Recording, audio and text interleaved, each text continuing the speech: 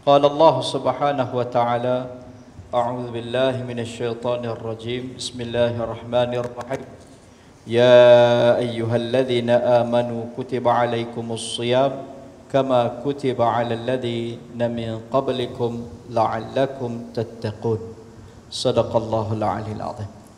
Alhamdulillah, tuan-tuan dan puan yang dirahmati lagi dikasihi oleh Allah Ta'ala, kita bersyukur kehadrat Rabb Jalla wa Ala atas peluang yang Allah berikan kepada kita pada petang ni. Kita dapat menyambung muzakarah kita dengan ayat tafsir berkenaan dengan ayat-ayat Al-Quran. Baik tuan-tuan, perbincangan kita kemarin tentang min qabl berkaitan dengan umat terdahulu dan 3 persoalan telah pun kita jawab. Maka hari ini kita masuk tentang la'allakum tattaqun, hikmah daripada ibadat puasa. Allah menyatakan dalam ayat yang kita bacakan tadi, ya ayyuhalladzina amanu kutiba alaikumusshiyam kama kutiba alal ladzina min qablikum la'allakum tattaqun. Moga-moga kamu menjadi orang yang bertakwa. Jadi Allah meletakkan hikmah daripada puasa ini adalah untuk menjadikan kita insan bertakwa. Takwa adalah merupakan hikmah yang Allah Ta'ala sembunyikan di sebalik ibadat puasa.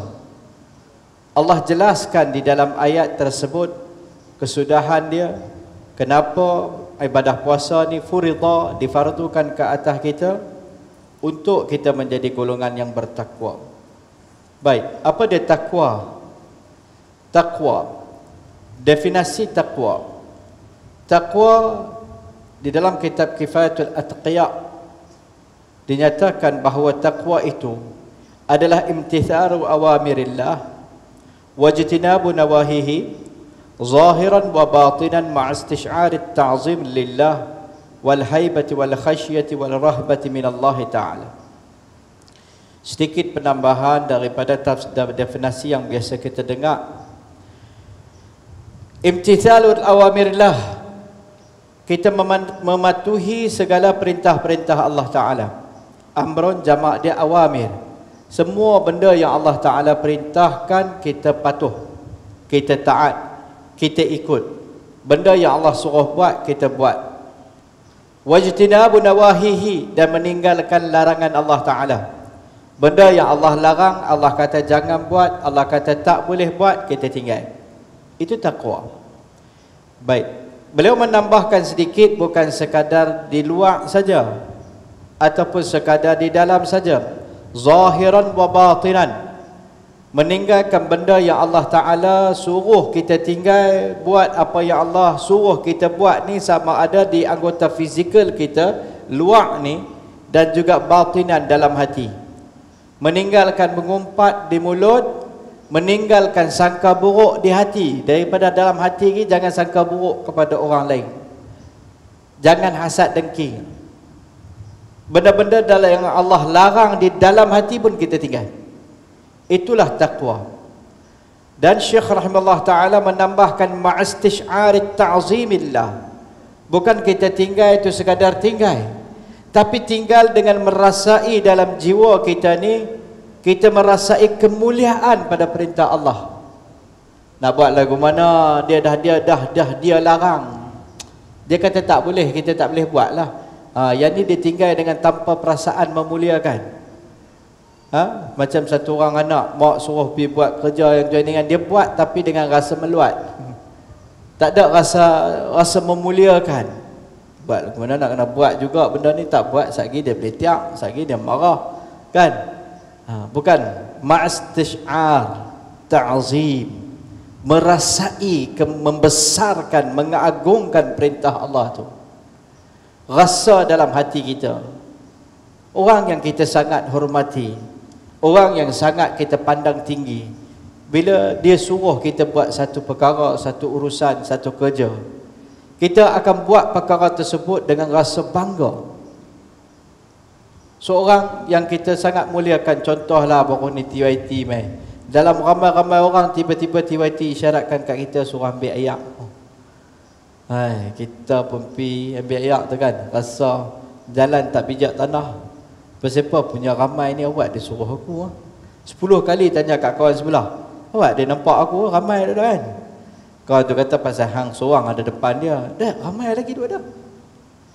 Dah hang yang paling ke depan. Dah aku perasan aku dah belakang sikit. Susah nak jelas. Nak cerita kata dia ni, dia nak bagi tahu kata aku ni special lah sikit kan. Dia rasa tu bangga tu seronok. Seminggu cerita viral. Hantar kat adik-beradik ni bukan nak kata lah kan. Cerita pun kan, rasa bangga. Begitulah kita mematuhi perintah Allah Ta'ala, meninggalkan larangan Allah Ta'ala dengan merasai keagungan perintah tu, rasa kebesaran pemerintah tu sendiri, dan merasai haibah dalam hati kita, kegerunan dan ketakutan, khasyah daripada Allah Ta'ala. Kata Syekh, inilah makna taqwa. Bukan sekadar tinggal benda yang Allah larang, buat sekadar apa yang Allah suruh, tapi buat dengan ada perasaan tu, rasa takut dalam hati pada benda-benda yang Allah larang. Bila terlaku kesilapan, rasa sedih di dalam hati, rasa gerun dalam hati, rasa gelisah dalam hati selagi tak bertaubat. Itu taqwa. Baik. Kata Syekh seterusnya melanjutkan tentang takwa. Kata beliau, sahhu taqwa. Sahnya takwa itu menurut sebahagian ulama, sahnya takwa itu man arada an tasihha lahu taqwa falyatruki dhunuba kullaha. Kata beliau, kata sebahagian ulama, sahnya takwa itu sebenarnya hanya akan berlaku bila kita berusaha sungguh-sungguh meninggalkan keseluruhan dhunub, keseluruhan dosa. Nak tinggal semua dosa bukan cerita senang. Bukan cerita senang nak tinggal semua dosa tu. Sentiasa dalam diri kita ni ada saja lubang-lubang kelemahan yang Allah tutup, kerana itu orang muliakan kita. Kalau Allah buka, mungkin orang akan hina, mungkin tak pandang dah kita. Sentiasa ada kelemahan tersebut, tetapi kita berusaha berterusan selagi ada nafas untuk memperbaiki diri kita, dan kita tidak memandang kerdil dengan dosa yang terlaku oleh kita, dengan merasai benda tu patut kita tinggal, kena tinggal, tapi dah teruji dan kita masih duk buat. Kita masih berusaha bertaubat dan bertaubat dan bertaubat, sehinggalah kita bersungguh-sungguh melakukan usaha untuk tinggal benda tersebut. Ada saja pada dalam kehidupan kita ni satu-satu dosa yang terlekat dengan diri kita dan kita rasa susah sangat. Ada orang yang teruji dengan lidah dia. Lidah dia tak terkawal, sampai dia rasa takut bulan puasa nak buka mulut. Sebab dia baru buka bukan pisau, laser. Boleh membelah hati. Dia tahu kata dia tak boleh kawal. Kadang dia kata, dia rasa macam nak melawak, tapi melawak dia tu, kawan jiran sebelah dia kata, hang rasa melawak tapi kasar untuk orang. Melawak dia tu kira boleh cerita ahli syurga neraka. Melawak dia tu kadang-kadang melawak yang agak sangat mengguriskan hati. Jadi untuk mengawal tu dia berusaha berterusan, bertaubat bila lakukan kesilapan, tapi berterusan untuk tinggalkan semua dosa. Maka sah takwa itu. Tanda takwa itu telah mula singgah di hati. Macam mana saya nak tahu kata memang ada takwa dalam hati? Macam mana nak tahu? Nak kata ke orang senang, dia ni takwa tak takwa? Kata kat diri sendiri ni diri kita sendiri ni. Macam mana saya nak tahu kata saya takwa tak takwa? Syekh Nasrul Abadi rahimahullah ta'ala mengatakan bahawa man lazimat taqwa ishtiyaq ila mufaraqatid dunya. Barang siapa yang melazimi takwa, maka dia akan rasa bertambah kerinduan dalam hati dia untuk berpisah dengan dunia ini. Orang yang tambah takwa, tanda dia, rindu dia kepada akhirat bertambah. Bukan kira duk ingat nak mati ya. Duk ingat, sentiasa ingat tentang persiapan nak mati. Dia berhati-hati. RM1 aku pederah duit dia ni kalau aku mati. 1,000 masuk mai duit orang ni. Amanah ni duk ada dalam akaun aku ni. Saat lagi aku tak dan bedak kat orang, pesan kat kawan yang rapat. Dia sentiasa buat sesuatu dengan persiapan supaya dia tak sangkut di akhirat. Bahasa mudah faham. Dia buat apa pun dia fikir benda ni boleh membahayakan akhirat aku tak? Ya, aku kata kat dia tadi, dia takut dia silap faham sekali lagi. Telefon minta maaf, tanya kat dia tengok. Allah, aku terlepas kata kat dia tadi. Baik aku minta maaf cepat-cepat. Mana tahu orang yang memandang akhirat, maka dunia akan jadi kecil. Masalah status dunia akan jadi persoalan yang kecil boleh dibincang. Perkara akhirat akan jadi besar. Bila berlaku pertengkaran antara dua orang sahabat, Abu Bakar radhiyallahu ta'ala anhu dengan satu orang sahabat Nabi, kalau tak silap Rabi'ah Aslami. Bila berlaku pertengkaran antara mereka berdua bertikam lidah, tiba-tiba Abu Bakar radhiyallahu anhu telah mengeluarkan satu perkataan yang agak kesat kepada Rabi'ah Aslami. Bila keluar dia tersedar. Aku tak patut kata lagu ni. Abu Bakar radhiyallahu ta'ala anhu kata kepada Rabi'ah, ulang balik perkataan yang aku kata kat hang tu, kata kat aku balik. Rabi'ah tak mau ulang. Dia tak mau kata. Kita lah kan, kita silap kata kat orang, kita nak beritahu, tolong kata kat aku balik aku tu. Oh, dia kena ada iman tinggi sikit kan. Kita terlepas, kadang nak minta maaf pun kena pergi 1 kilometer. 1 kilometer kena pusing. Dah lah, tadi tu aku rasa bukan salah apa aku bagi tahu tu, tapi ada masalah. Tak salah tapi ada masalah. Mungkin perkataan tu tak sepatut aku ucap lah, tapi hang buat tu salah. Tu nak minta maaf tu dengan backup. Ini sifat sahabat Abu Bakar radhiyallahu anhu. Tersilap kata, dia kata aku kata tu silap, hang tolong kata balik kat aku. Rabi'ah Aslami tak mau kata balik. Bila tak mau kata balik, Abu Bakar radhiyallahu anhu mengancam bahawa aku akan mengadu kepada Rasulullah kalau hang tak mau kata balik kat aku. Yang keliling dia duk ada, lepas Abu Bakar radhiyallahu anhu pun pi beredar daripada majlis tu, Rabi'ah tetap juga tak mau kata. Dia pun pergi nak berjumpa dengan Nabi sallallahu alaihi wasallam. Maka kaki perangat dia kan ada. Keliling Rabi'ah Aslami itu, kaum kerabat dia kata, apa me orang ni? Bahasa kita lah, mudah faham. Dia yang kata, lepas tu dia suruh pula paksa hang kata. Hang tak mau kata, dia pula nak pergi mengadu kat Nabi. Apa ni, dia yang buat silap. Kan nanti ada kaki-kaki backup kita. Kita dah buat salah. Bukan dia nak tolong suruh depan betul kita, dia pula backup. Dah hang kata tu patut dah, kalau aku batal mok tu kan. Pakai perangat ada setengah company tu kan. Baik. Maka Abu Bakar radhiyallahu anhu mengadu kepada Rasulullah tentang kesilapan yang dia buat. Rasulullah bila bertemu dengan Rabi'ah Aslami pun datang ke belakang mengekori. Jumpa Rasulullah, kata sallallahu alaihi wasallam, apa yang kamu buat tu patut. Sebab Rabi'ah Aslami berkata kat kaum dia, entah tak dia tu siapa? Yang tu adalah Abu Bakar radhiyallahu taala anhu, sahabat dan teman rapat kepada Rasulullah. Kalau aku melukakan hati dia, hati Rasulullah akan terluka. Kalau hati Rasulullah terluka, murkanya Rasulullah, Allah akan murka dengan Rabi'ah.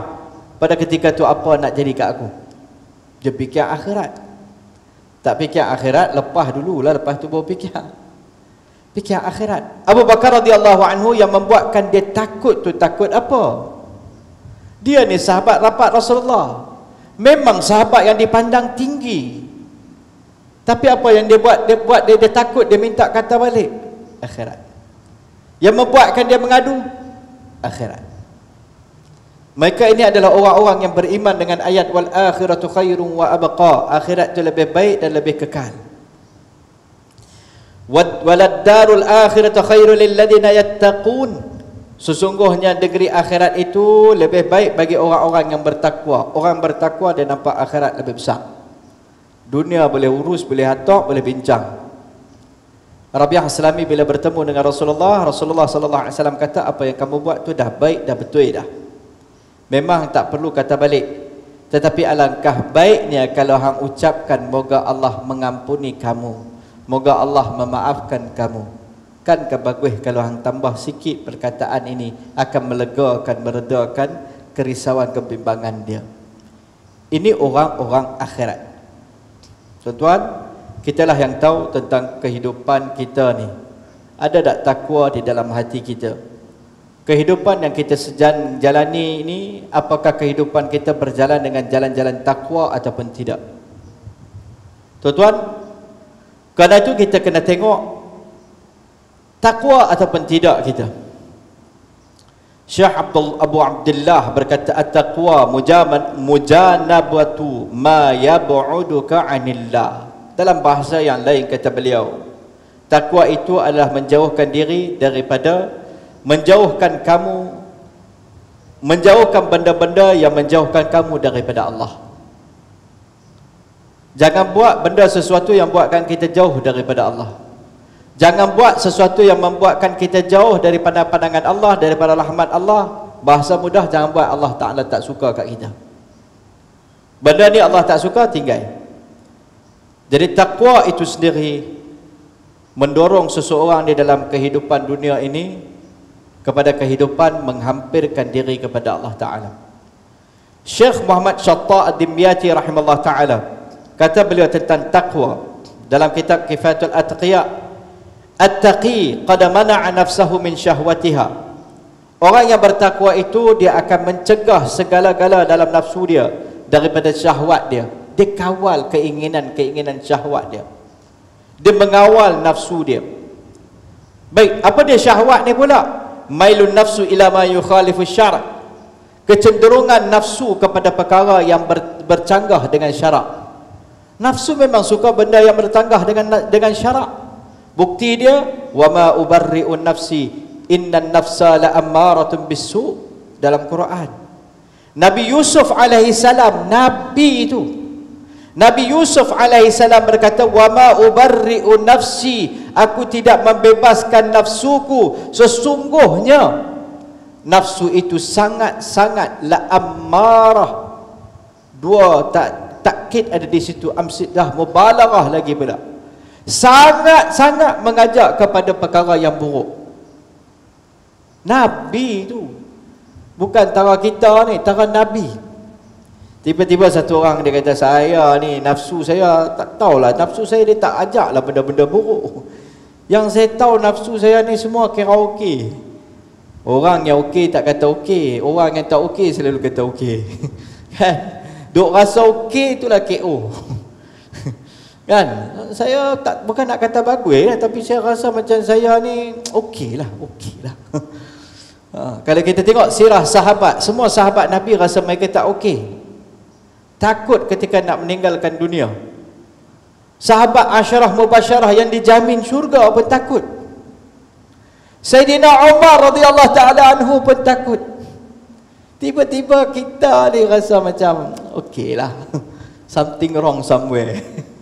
Ada yang tak kena. Orang yang okey di sisi Allah ni dia sentiasa takut. Orang mukmin bainal khauf war raja. Orang mukmin sentiasa ada dua sifat ni, antara takut dan harap. Hadis riwayat Imam Tirmizi, Nabi sallallahu alaihi wasallam ziarah satu orang sahabat. Sahabat Nabi sallallahu alaihi wasallam ni nak meninggal dunia. Nabi kata, bagaimana keadaan kamu? Khulasah mafhum hadis tersebut, dia kata, ya Rasulullah, aku mendapati diri aku dalam dua keadaan. Satu, aku rasa takut kepada Allah Ta'ala. Takut dengan dosa-dosa aku ni akan membawa kepada neraka. Kedua, aku rasa harap sangat-sangat kepada Allah Ta'ala. Harap kepada pengampunan Allah Ta'ala yang akan membawa kepada syurga. Nabi SAW bersabda, tidak akan berhimpun dua sifat ni dalam hati satu orang mukmin, melainkan Allah akan menyelamatkan dia daripada benda yang dia takut, akan mengkabulkan apa yang dia harap. Orang mukmin antara dua, dia takut kepada dosa dia, takut Allah marah, Allah murka, takut kepada kemurkaan Allah, dan dia harap kepada amalan dia. Dia harap pada pengampunan Allah Ta'ala. Harap Allah ampun aku, harap Allah terima amalan aku yang tu dan yang ni. Harap, pengharapan dan terasa takut kena ada. Dia tak jadi sampai orang saya memang tak ada harapan. Allah larang dalam ayat dalam Quran, la taqnatu min rahmatillah, la taqnatu min rawahillah. Jangan putus asa daripada rahmat Allah. Bukan soleh tu.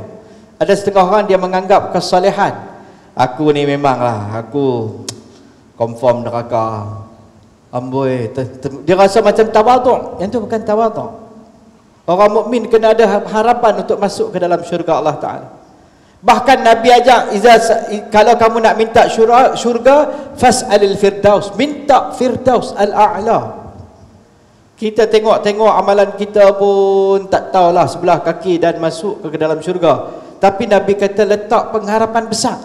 Minta firdaus al-a'la, minta yang tinggi.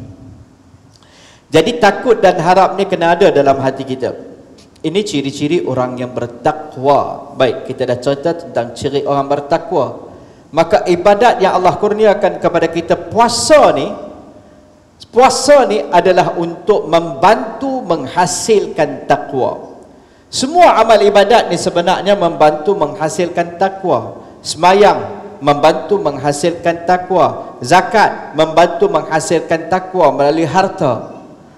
Tapi khusus bagi ibadat puasa ni, puasa ni kemampuan dia menghasilkan takwa kerana dia menekan pada punca berlaku dosa.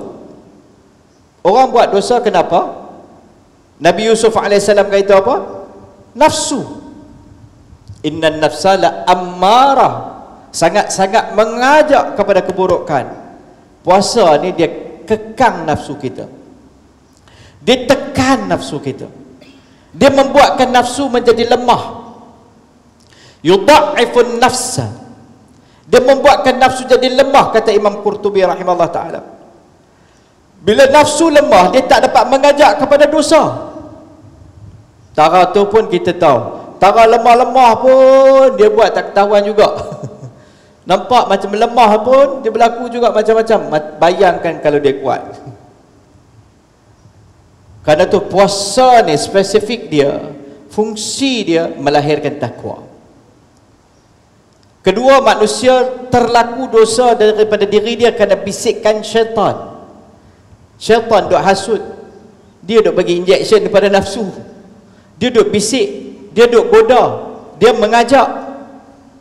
Ramadan Allah bantu kita membuatkan syaitan dibelenggu, tak dapat mengajak kita. Jadi ibadat puasa ni memang khusus untuk membantu kita melahirkan kita dengan takwa. Tapi dia ada package dia lah. Dia ada benda yang kita kena buat, ada benda yang kita kena tinggal. Kita buat benda yang kita disuruh buat, kita tinggal benda yang kita dilarang untuk buat, maka kita akan lahir sebagai takwa.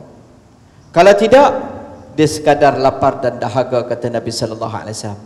Lapar, dahaga, buka puasa macam tu juga. Lepas Ramadan tak berlaku perubahan. Ini masa yang baik kepada kita, saat-saat akhir untuk kita buat muhasabah. Muhasabah, tengok takat mana takwa telah berlaku dalam diri kita. Kerinduan kepada kehidupan akhirat telah bertambah. Cinta kepada amal ibadat telah bertambah. Kepentingan untuk mematuhi perintah Allah telah bertambah. Rasa nak mengerjakan salat seperti yang Allah kehendaki telah bertambah. Rasa bimbang tentang zakat, berlaku aku dah bayar tak bayar, rasa bertambah. Rasa kesungguhan nak bagi sedekah bertambah. Rasa takut tentang dosa-dosa kita dahulu bertambah. Rasa bahawa kepada siapa aku buat salah, berasa nak buat muhasabah, nak minta maaf, nak berfikir macam mana nak minta maaf kat kawan tu kawan ni. Itu tanda-tanda takwa telah pun bertapak dalam hati kita. Bila kita buat dosa, kita rasa takut kepada Allah. Bila kita terlaku dosa, kita rasa bimbang, rasa risau. Itu tanda-tanda takwa telah singgah dalam hati kita. Tetapi kalau tak pun berlaku, maka kita bimbang, kita risau. Kita kena lakukan muhasabah, kena buat kerja kerah lagi. Kerana tak berapa hari saja Ramadan ini akan meninggalkan kita. Tuan-tuan, Ramadan kita ulang berkali-kali istimewa kerana Ramadan, bukan kerana raya. 10 malam terakhir ni jangan kita biar kita punya fokus untuk mendapatkan Lailatul Qadar ni didivertkan dengan keseronokan hari raya, sehingga kita terlepas pandang tentang perkara tersebut. Sebab ini semua adalah intisari, adalah ramuan-ramuan untuk menghasilkan takwa. Ini adalah pecutan terakhir. Pecutan terakhir kita. Dah nak habis dah. 10 hari terakhir ni adalah pecutan terakhir kita. Maka kalau kita lihat dalam hadis, Nabi meningkatkan jadda. Lafaz yang digunakan dalam Sahih Bukhari, Nabi bersungguh-sungguh. Bulan puasa Nabi dah bersungguh-sungguh. 10 malam terakhir ni Nabi meningkatkan lagi usaha Nabi. Nabi beri fokus keseluruhannya di dalam masjid. Nabi beri i'tikaf dalam masjid. Fokus kepada ibadat. Tuan-tuan, jangan kita terlepas pandang tentang perkara ni. Jangan hari raya menarik fokus kita tentang ibadat. Mencontohi Nabi dalam perkara ni adalah membawa kita ke tempat-tempat yang menghasilkan takwa, kepada amal-amal yang menghasilkan takwa.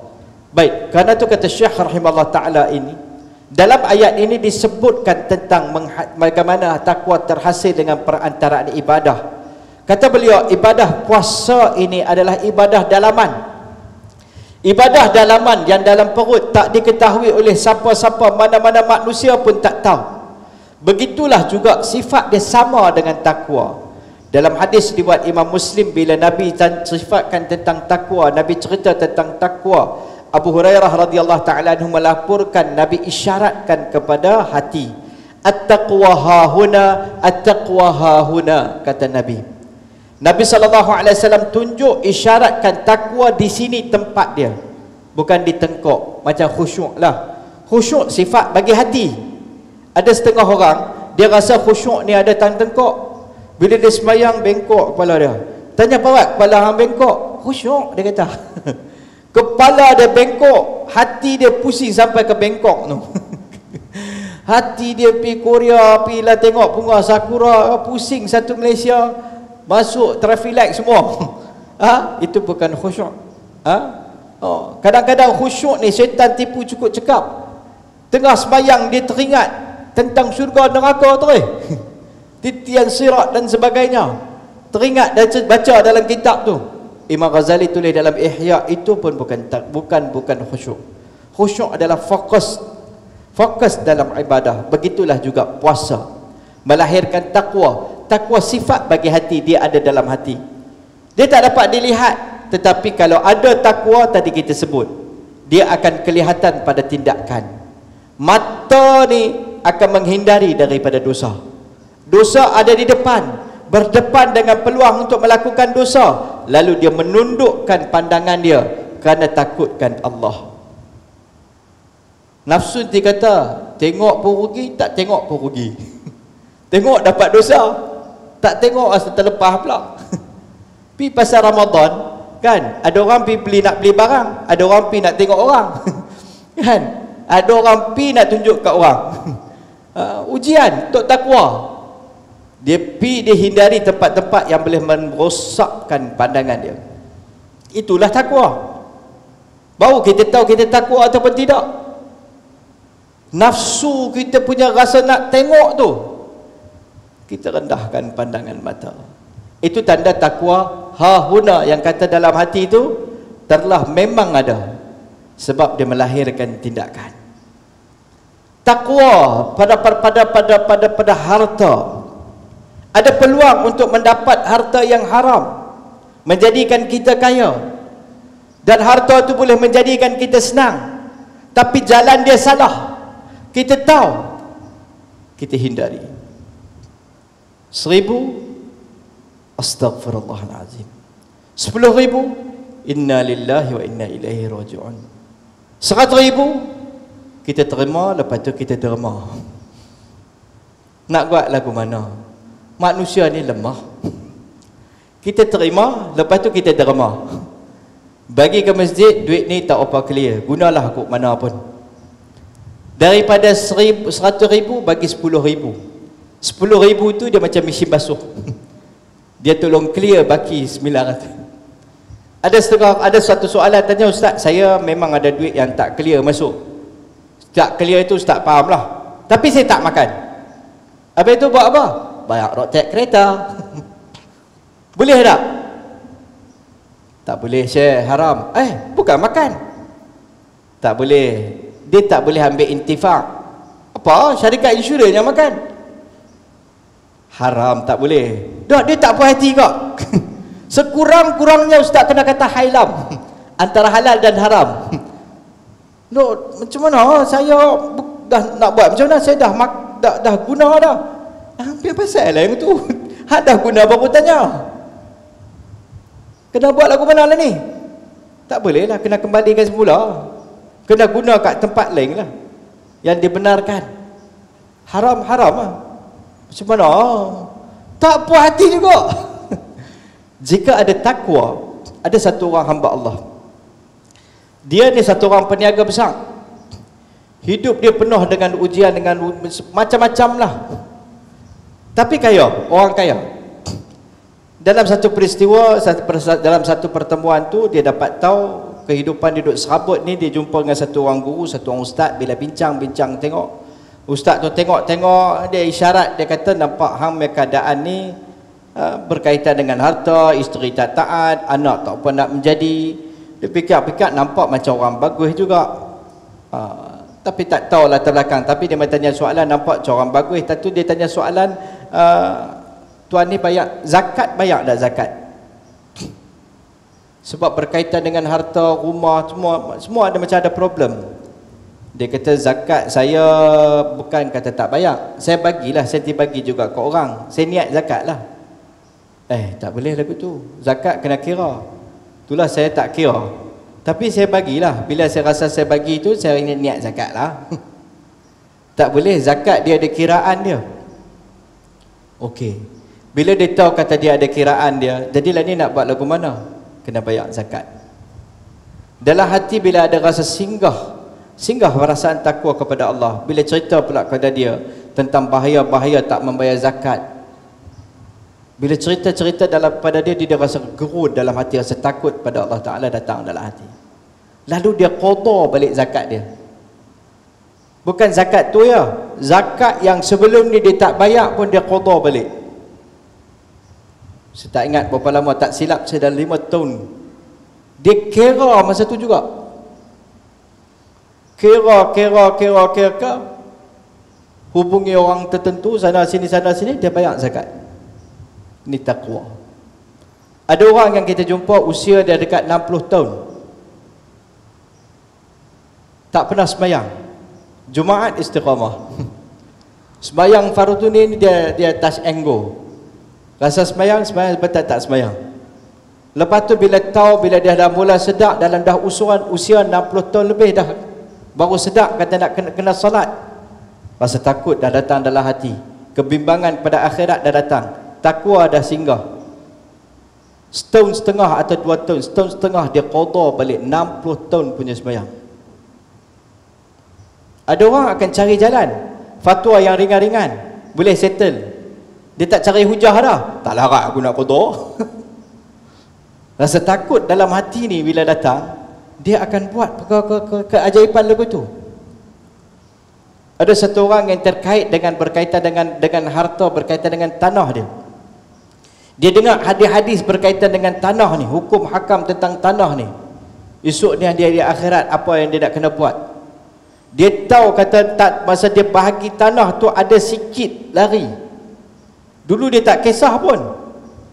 Tapi bila dia dengar hadis-hadis tentang akhirat ni, dia tiba-tiba rasa takut. Bila rasa takut tu, dia cari balik tuan tanah tu. Kawan tu pun dah meninggal, serabut dia cari adik-beradik dia, siapa pewaris dia. Lepas tu dapat tahu, dia bayar balik.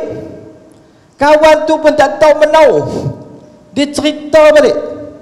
Padahal tak besar mana pun. Tapi ini yang takwa akan buat.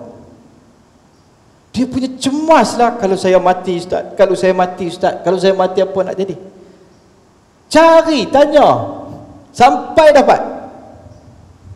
Ini takwa. Bila dia dah singgah, dia dah ada dalam hati, ini yang takwa akan buat. Penyesalan terhadap dosa, kebimbangan tentang kehidupan akhirat, takut ditolak daripada rahmat Allah Subhanahu wa taala, takut menjadi bebanan kerana dosa dan maksiat yang dia buat tu. Tuan-tuan, ini tanda-tanda takwa. Takwa terhasil dengan satu perantaraan dia adalah puasa yang dibuat dengan betul. Puasa-puasa Tetapi man lam yada' qaulaz zur wala amala bihi, tak tinggal mulut punya kerosakan, tak tinggal kejahatan mulut, perbuatan punya kerosakan, tangan duk buat juga benda dosa maksiat yang sama. Falaisa lillahi hajatun, Allah tak berhajat, tak terhasil takwa. Sepatutnya takwa terhasil. Baik, berdasarkan hadis Nabi sallallahu alaihi wasallam tadi, kata Syekh rahimahullah taala, maka hakikat takwa, kata Imam Nawawi rahimahullah taala, maka amalan-amalan zahir semata-mata, kata Imam Nawawi, tak dapat menghasilkan takwa, tetapi takwa tercapai dengan sesuatu yang berada di dalam hati, iaitu merasai kebesaran Allah Ta'ala serta takutkan Allah dan merasai pengawasan Allah Ta'ala. Dia semata-mata amalan luar tak cukup, kata Imam Nawawi rahimahullah ta'ala, kita kena rasa dalam hati kebesaran Allah Ta'ala. Definisi takwa yang kita sebutkan tadi, dia tinggal dengan rasa takut ke Allah, bukan tinggal-tinggal maksiat tu kena rasa meluat. Tak boleh lah buat macam mana, dah tak boleh buat, dah dia rasa syukur kerana dapat meninggalkan dosa, rasa takut bila terlaku dosa, rasa besarnya perintah Allah Ta'ala tu dalam hati dia, menjauhkan azab, menjauhi azab Allah Ta'ala dengan melakukan segala yang Allah Ta'ala perintah dan meninggalkan segala yang Allah larang.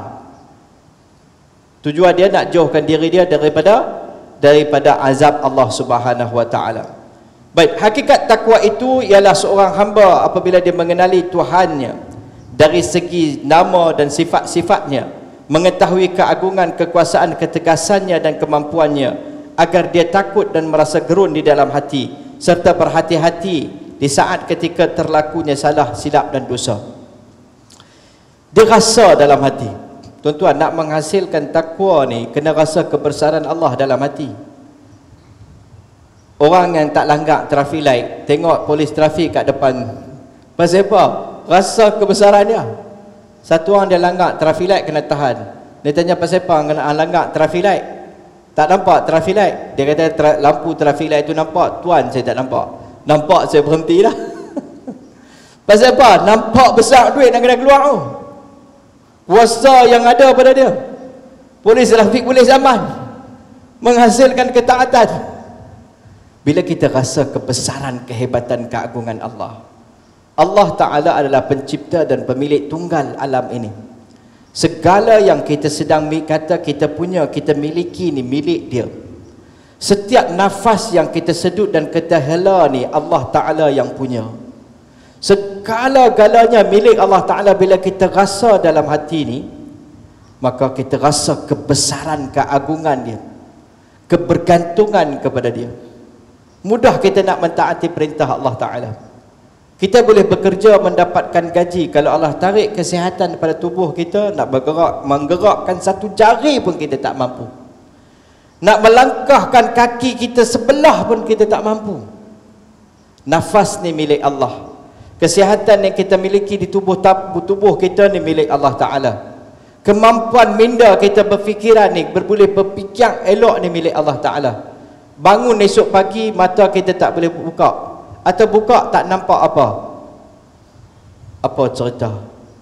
Bangun esok pagi, isteri kita duk cakap, kita rasa kita tak dengar apa bala pun. Apa cerita kan? Bangun esok pagi, tiba-tiba kita nak cakap, tak boleh nak cakap, rasa sangkut. Apa cerita dia? Tuan-tuan, semua ni milik Allah. Allah bagi secara percuma. Setiap hari kita guna nikmat Allah Ta'ala. Kita merasai dalam hati kita tentang kebesaran, kehebatan, keagungan dia. Darah kita tak mengalir dengan sendiri. Allah yang mengalirkan darah kita ni. Darah kita terhenti di satu kawasan, tak mengalir, esok lumpuh sebelah tangan tu, tak terangkat dah tangan tu. Darah tak mengalir ke otak, hilang ada ingatan. Lawa tapi gila. Siapa nak? Berapa lama orang boleh layan? Tuan-tuan, segala-galanya, yang menciptakan segala-galanya adalah Allah. Bila kebesaran, kehebatan, keagungan Allah tu ada dalam hati kita, dia akan melahirkan takwa. Ini yang dimaksudkan dalam kata beliau, nak melahirkan takwa ni kena ada dalam hati kita. Oh, saya macam mana nak lahirkan perasaan kebesaran, kehebatan Allah? Lihatlah segala-galanya. Siapa yang punya? Kita boleh berbuat, kita menjumpai tak mencipta. Yang mencipta segala-galanya adalah Allah Ta'ala. Menciptakan langit, bulan, bintang, segala-galanya. Deria rasa kita ni, lidah kita ni, rasa-rasa satu lauk, dia boleh balik ke 30 tahun dulu. Satu orang buat main lauk bagi kat kita, kita rasa-rasa kawan lama duduk kampung, rasa-rasa kita teringat, yang ni mak aku masak ni. Pasal teringat dulu ni. Oh, dia kata betul lah, resipi mak hang ni mak aku masak. Dia boleh bawa sampai 30 tahun dulu ni. Siapa buat ni? Siapa? Dia adalah Allah. Bila hadir dalam hati, kita rasalah kebesaran dia. Nak hadir ni kita kena berfikirlah. Kalau kita tak connect kan, kita nampak kita. Saya alhamdulillah lah, walaupun dah 60 tapi insya-Allah lah kan. InsyaAllah tak mana siapa bagi? Dia punya. Dia bagi. Bila nampak Allah, dia bukan takat insyaAllah, alhamdulillah. Haji nampak okey nah, strong ni, alhamdulillah. Semua Allah Ta'ala punya. Kan? Keluar mai alhamdulillah Allah Ta'ala. Kalau tidak, kita. Saya kira suplemen semua saya jaga. Saya jaga. Dengar ada tablet ni. Oh, yang tu bagus. Tak apa, bagus. Yang tu kita bagus lah. Bagus, kita usahalah untuk ikhtiar. Tapi siapa yang bagi?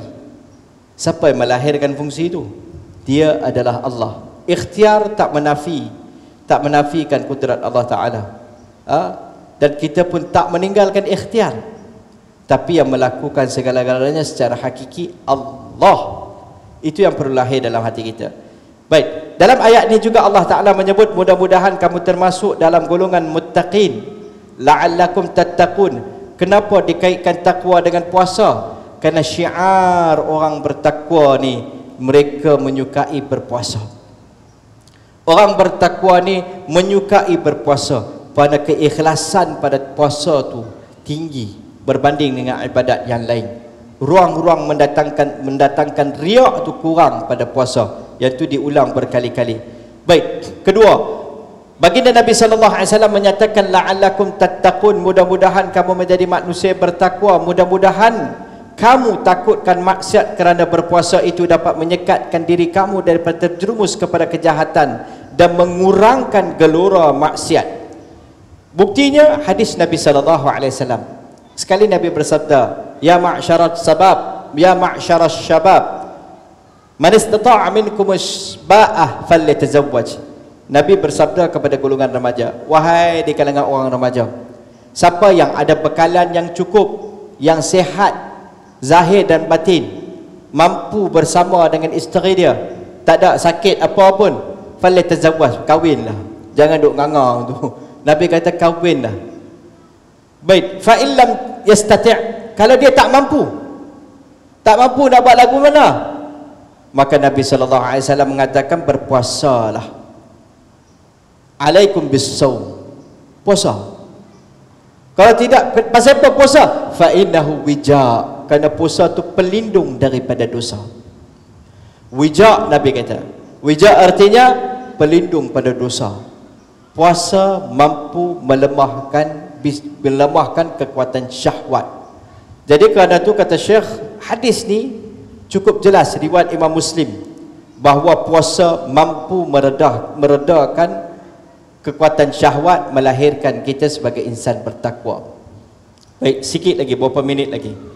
Syekh Rashid Ridha rahimahullah ta'ala ketika beliau membahaskan hadis ni, kata beliau ada satu iskal, ada satu keraguan daripada hadis-hadis. Kalau kita tengok, memanglah puasa boleh melahirkan takwa, tapi secara praktikalnya kadang kita tengok, bila satu orang tu lapar, kadang syahwat dia makin menggila.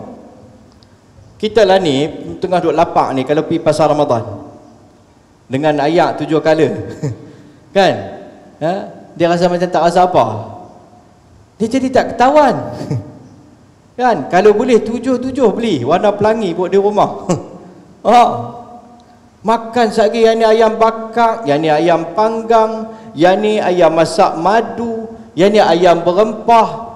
Beli, kalau tak kawal nafsu kita, kalau boleh dia nak lagu tu. Praktikal dia, kita nampak yang memang kata puasa dia mengawal, tapi kita nampak macam ada sikit kesaksian, nampak macam dia makin gelojor, dia makin tak ketahuan.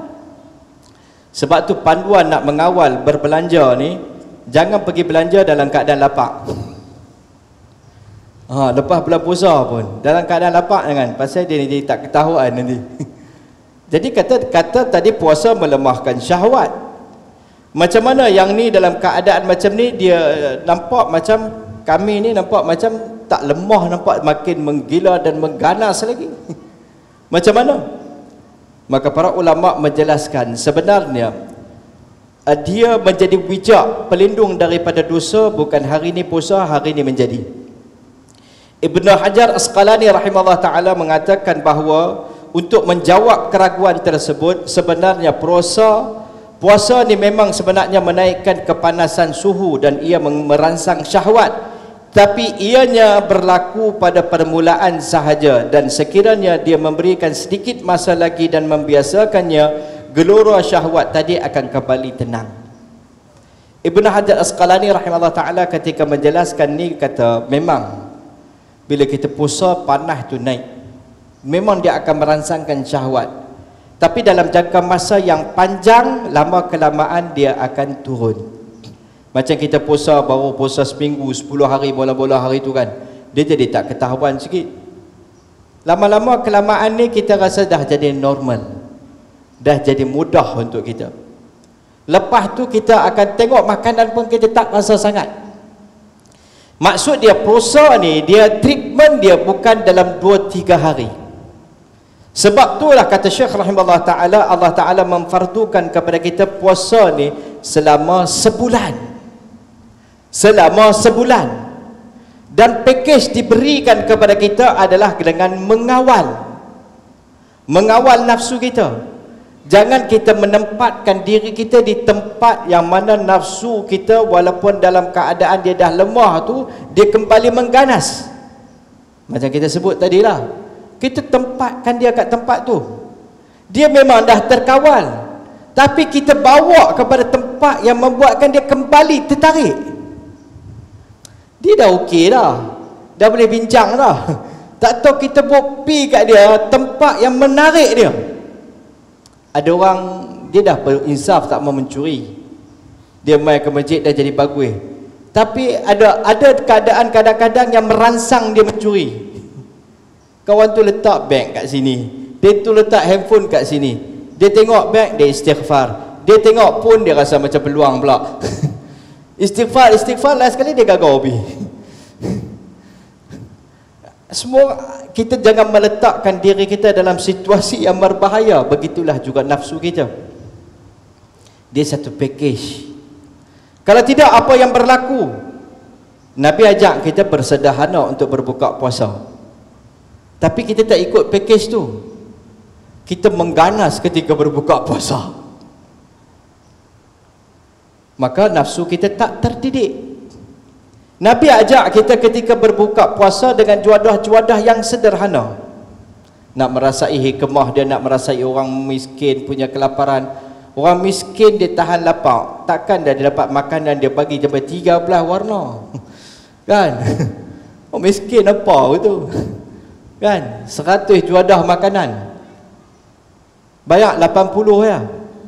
Mereka pun tahu mana 100 yang boleh makan. Ambil penuh pinggan, 3-4 suap, lepas tu tak lepi dah. Kalau makan juga ICU. Jadi tak terdidik. Kita yang merosakkan dia. Kita jangan meletakkan di situasi yang membuatkan dia rosak. Nak mendidik nafsu ni, nak mengawal nafsu kita ni dengan pakej yang keseluruhan. Berikan kepada dia kesederhanaan. Jangan jadi macam balas dendam. Macam kata Syekh Zakaria Kandahlawi dalam buku Fadilat Ramadan, jangan jadi macam tukang jadual makannya. Di depan ni tukang simpan taram elok-elok. Masa nak buka puasa tu, nah, kesian kat hang tadi no, punya lama dengan sabak nah, boh betul-betul. Maka tak jadilah. Kita tak mendidik dia. Lepas tu kita persoal pula, macam mana kata puasa ni berdidik, saya tak nampak lah. Kita tak ikut pakej dia. Pergi hospital, makanlah ubat. Benda yang tak boleh makan, tinggal lah. Dah tahu kecil manis, jangan makan gula. Dah dia pergi hospital, rehat lah. Ubat mau saya tak mau makan. Tu balik dia kata, tak sembuh, tak boleh pakai hospital tu teruk. Tak makan dah ubat saya tak makan lah. Mana boleh. Puasa, mulut jaga tak? Tak jaga. Benda yang salah tinggal tak? Tak tinggal. Tak kata bersederhana dalam puasa, bersederhana tak? Tak. Mana kita mana boleh. Habis tu macam mana nak jadi la'allakum tattaqun? Tak, saya rasa macam tak terkawal juga. Hang yang tak meletakkan diri dalam keadaan mengawal, tak terkawal lah. Nafsu kita perlu dididik selama 1 bulan ni. Oh, macam tu tak dan dah. Tak apalah, tahun depan tengok. Tahun depan tak tahu lagi. Masih yang berbaki ni kita didik dengan peluang kesederhanaan. Masih yang berbaki ni kita didik dengan peluang kesederhanaan. Maka kala itulah kata Syekh Ibn Hajar Asqalani menjawab persoalan tersebut. Kata beliau, dia mengambil masa yang panjang. Kerana itulah Allah syariatkan kepada kita berpuasa sebulan. Kalau kita ikut betul-betul sebulan ni, nafsu kita akan reda, akan terdidik dengan kesederhanaan. Maka kita keluar daripada Ramadan, nafsu kita akan terdidik. Tak banyak pun sikit dia akan terdidik. Kalau tidak kita tengok dia tak berubah. Dia kira duduk tunggu raya ya, dengan hantu raya pun keluar main balik kan, dia pun dah bebas habis. Jadi kerana tu kita kena menghindari tempat-tempat yang boleh merangsang nafsu kita. Dalam Ihya ada perbahasan yang panjang tentang perkara ni. Antara perkara yang makruhat, meletakkan diri kita pada tempat-tempat yang merangsang nafsu. Sebab yang ni lah, didikkan, nak mendidik nafsu ni. Tuan-tuan, yang paling susah didik nafsu. Syaitan tewas dengan nafsu. Syaitan pun tewas dengan nafsu dia. Antara kita ni, syaitan pun tewas dengan nafsu. Dia dah nak taubat. Zaman Nabi Musa alaihissalam, dah minta dah peluang. Diberi peluang untuk tunduk hormat di kubur Nabi Adam alaihissalam. Nafsu dia kata, hidup pun hang tak tunduk. Takkan dah mati yang nak tunduk pun. Koman lah. Tak jadi juga. Tak jadi juga. Kerana tu tuan-tuan, perempuan yang dirahmati oleh Allah Ta'ala, perbincangan kita pada hari ini tentang definisi takwa. Dan kita bincang tentang hikmah daripada puasa untuk melahirkan takwa. Dan hikmah daripada puasa nak melahirkan takwa itu mendidik nafsu kita. Nafsu yang terdidik, dia ada pakej dia yang telah kita bincangkan tadi. Ada benda yang kita kena buat, kita buat. Benda yang kita kena tinggal, kita tinggal. Benda yang kita kena hindar, kita hindar. Situasi-situasi yang kita kena hindar, kita hindar. Jangan tempatkan diri kita di situasi yang membuatkan nafsu kita teruji. Kemudian kita kata nafsu kita tak terdidik. Puasa tak melahirkan kesan kepada nafsu kita. Itu adalah kesilapan dan kesalahan kita. Semoga masih ke waktu-waktu yang berbaki ini kita ambil peluang untuk mendidik nafsu kita. Semoga Allah melahirkan kita selepas daripada Ramadan ni menjadi golongan yang benar-benar bertakwa dan berebut dah berlumba-lah dengan peluang-peluang terakhir ini untuk mendapatkan Lailatul Qadar. Jangan kita tertipu, jangan kita terpikat, terpukau dengan pujuk rayu di luar sana yang memujuk kita kepada raya sehingga kita terhilang fokus kita nak mendapat Lailatul Qadar. Tak salah beli baju raya, tak salah kita buat persiapan tentang hari raya, tetapi fokus kita nak mendapatkan Lailatul Qadar ni jangan hilang, kerana itu yang dididik oleh Nabi.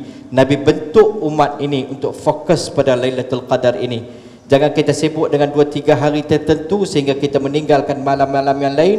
Walaupun Nabi bagi tahu tentang taharru, mencari tentang hari-hari yang ganjil, tapi yakinlah kalau kita berusaha sepenuhnya 10 malam terakhir ni, kita takkan terlepas. Ganjil tak ganjil, macam mana pun kita akan berusaha, maka kita akan dapat tuan-tuan. Satu malam lebih baik daripada 83 tahun 4 bulan. Bukan ganjaran dia 83 tahun 4 bulan. Khairun, lebih baik. Semoga Allah merezekikan kepada saya dan kita Lailatul Qadar. Allahumma lakal hamdu kulluhu wa lakal syukru kulluhu ya rabbal alamin. Allahumma atina fid dunya hasanah fil akhirati hasanah wa qina adzaban nar. Allahumma innaka afun tuhibbul afwa fa'fu anna. Allahumma innaka afun tuhibbul afwa fa'fu anna. Allahumma innaka afun tuhibbul afwa fa'fu anna. اللهم إنا نسألك رضاك والجنة ونعوذ بك من سخطك والنار. اللهم ارزقنا ليلة القدر برحمتك يا أرحم الراحمين والحمد لله رب العالمين. Assalamualaikum warahmatullahi wabarakatuh. Sebarang salah silap dalam penyampaian saya, jutaan kemaafan dipohon pada tuan-tuan dan puan-puan insya-Allah.